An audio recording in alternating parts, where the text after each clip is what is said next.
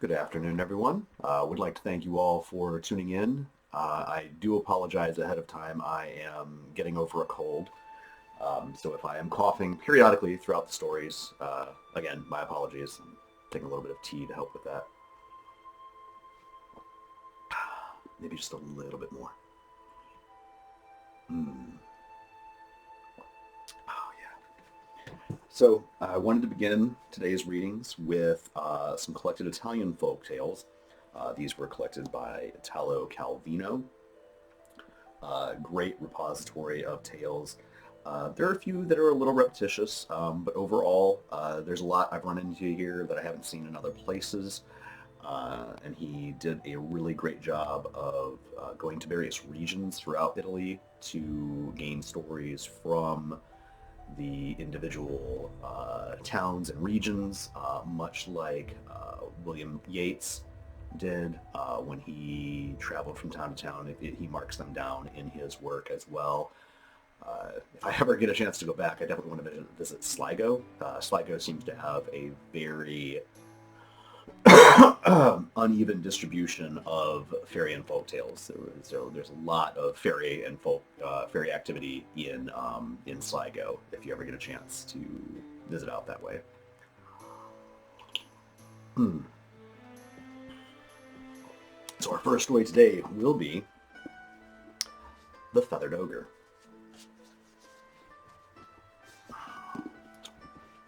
The king fell ill and was told by his doctors, "Majesty, if you want to get well, you'll have to obtain one of the ogre's feathers. That will not be easy, since the ogre eats every human he sees."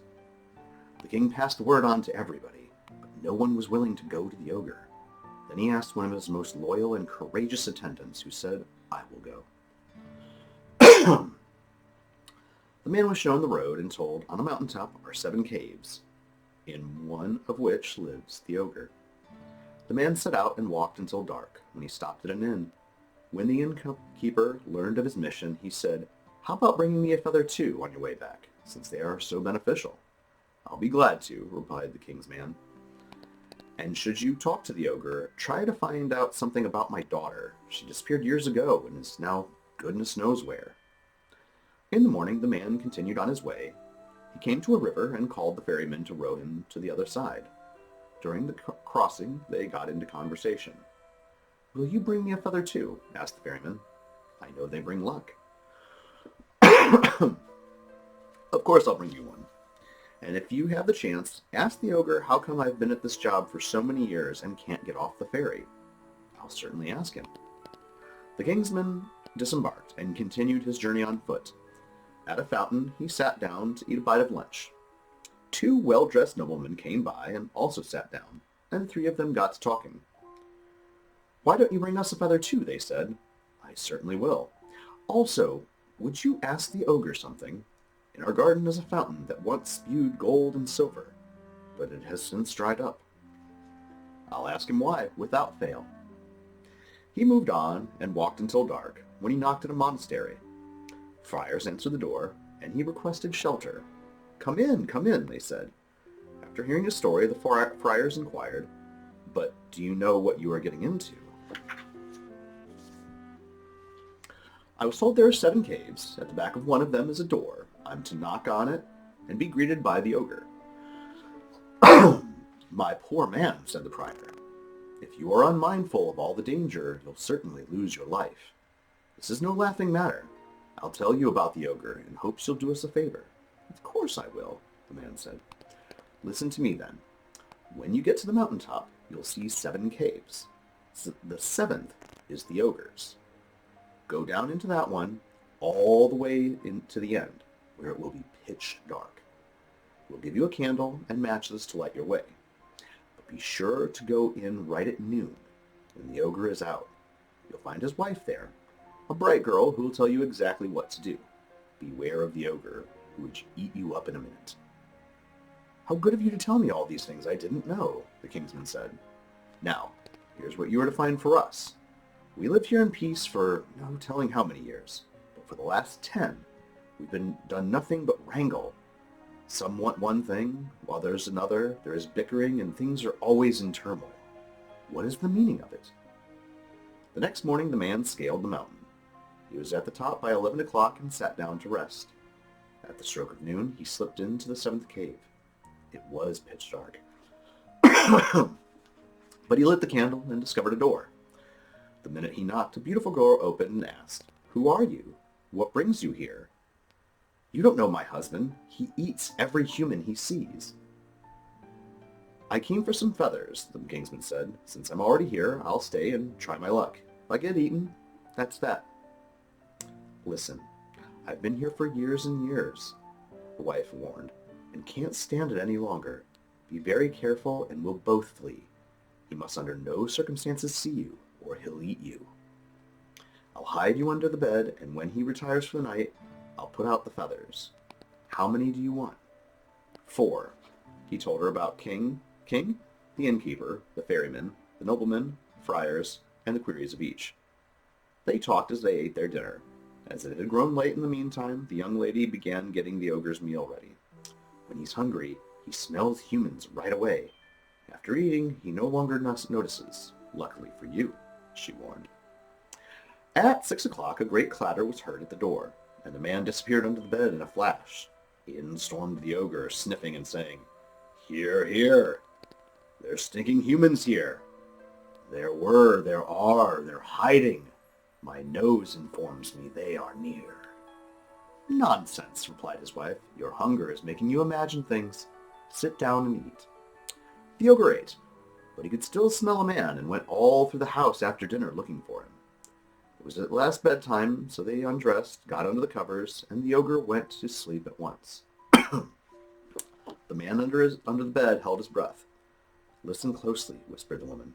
"I'm going to pretend to be dreaming and pull out one of his feathers." She plucked a feather and slipped it under the bed to him. "Ouch! What do you mean by plucking me?" yelled the ogre. Oh dear, I was dreaming." "What were you dreaming?" "I was dreaming about the monastery down below us. For the last 10 years, the friars have been so much at odds with one another that it's pure torture to be under one roof together." "That's no dream, but a fact," answered the ogre.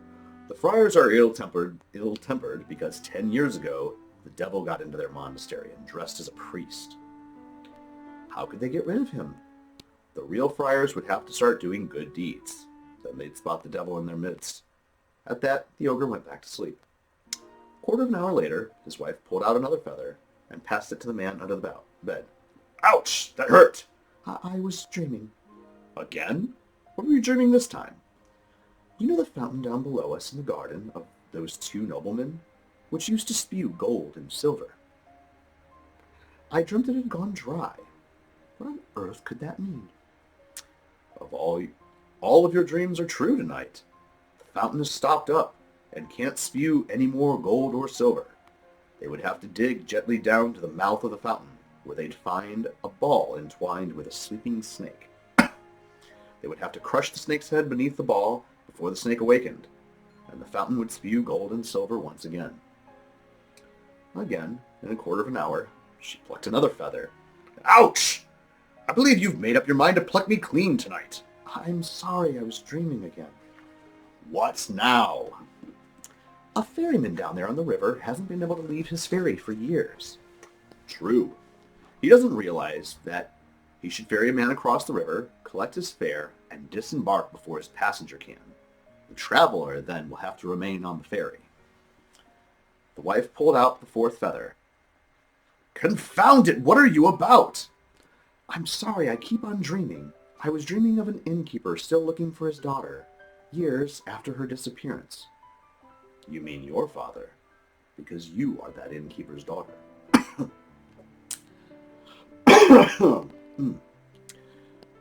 In the morning, at 6 o'clock, the ogre rose, bid his wife goodbye, and went off. The man came out from under the bed with the 4 feathers wrapped in a package, took the young lady by the arm, and together they fled. They stopped at the monastery to tell the friars. The ogre said that one of you is the devil. You must start doing all the good you can, and he will flee. The friars all did one good deed after another until the devil finally fled. The couple next stopped by the garden to give the 2 noblemen a feather and explain to them about the snake. It wasn't long before the fountain was again spewing gold and silver. They came to the ferryman. "Here's your feather." "Thank you. And what did the ogre say concerning me?" I'll have to wait till I'm on the other side of the bank to tell you. Once the couple was safely on the opposite shore, they told the ferryman what to do. Upon arriving at the inn, the kingsman cried, "Innkeeper, here I am with your feather and your daughter." Right away, the innkeeper wanted to give his daughter to the man in marriage. Let me first take the king his feather and ask his permission. He carried the feather to the king, who got well and rewarded him. The man said, "Now, if your majesty permits, I'll be off to my wedding." The king doubled the reward, and the man took leave of him and returned to the inn. But what about the ogre? Discovering his wife gone, he set out in pursuit, fully intending to devour her and whoever was involved in her escape. He came to the river and jumped on the ferry. "Pay your fare," said the ferryman. The ogre paid, never dreaming the ferryman knew the secret. Before landing on the opposite shore, off jumped the ferryman, and the ogre could no longer leave the boat. A little sip of tea here.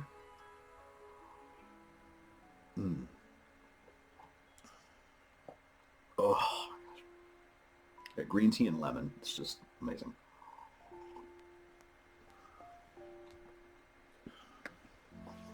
Our next story is The Dragon with Seven Heads. There was once a fisherman whose wife bore him no children, even though they had been married for some time. One fine... Hello. We're going to read the story of Old Rinkrank.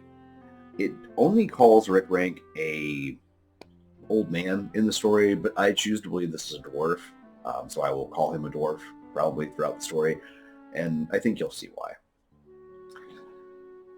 There was once on time a king who had a daughter, and he caused a glass mountain to be made, and said that whosoever could cross the other side of it without falling should have his daughter for a wife. Then there was one who loved the king's daughter, and asked the king's daughter if he might marry her. "Yes," said the king, "if you can cross the mountain without falling, you can marry her." And the prince said she would go over it with him, and would hold him if he were about to fall. So they set out together over it, and when they were halfway up, the princess slipped and fell, and the glass mountain opened and shut her up inside it. And her betrothed could not see where she had gone, for the mountain closed immediately. Then he wept and lamented much, and the king was miserable too, and had the mountain broken up where she had been lost, and thought he would be able to get her out again. They could not find the place into which she had fallen.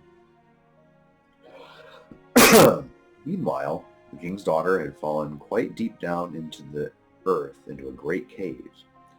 An old fellow with a very long gray beard came to meet her, and told her that if she would be his servant and do everything he bade her, she might live, and if not, he would bury her in stone.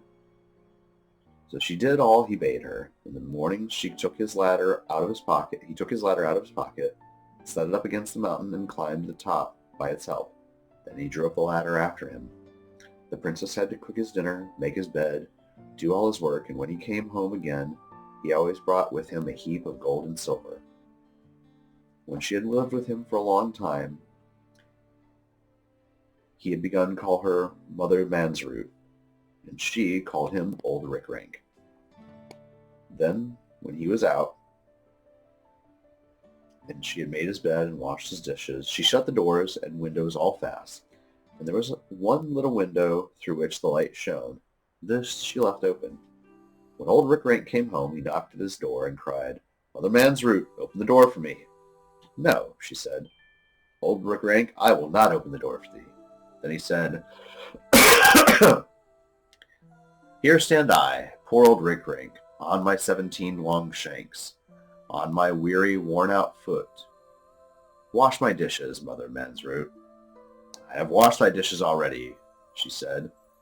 Then he said again, "Here I stand, O poor old Rinkrank, on my 17 very long shanks, on my weary, worn-out foot. Make my bed, Mother Mansroot." "I have made thy bed already," she said. Then again, "Here stand I, poor old Rinkrank, on my 17 old long shanks, on my weary, worn-out foot. Wash my clothes, Mother Mansroot." Then he ran all down his house and saw that the little window was open and thought, I will look in and see what she can be about, and why she will not open the door for me. He tried to peep in, but could not get his head through because of his long beard. So he first put his beard through the open window, but just as he got it through, Mother Mansroot came by and pulled the window down with a cord by which she had tied to it, and his beard was shut fast in it. Then he began to cry most piteously, for it hurt him very much, and to entreat her to release him. But she did not until he gave her the ladder with which she ascended the mountain. Then, whether he would or not, he had to tell her where the ladder was. So she fastened a very long ribbon to the window, and then she set up the ladder and ascended the mountain, and when she was at the top of it, she opened the window. She went to her father and told him all that had happened to her.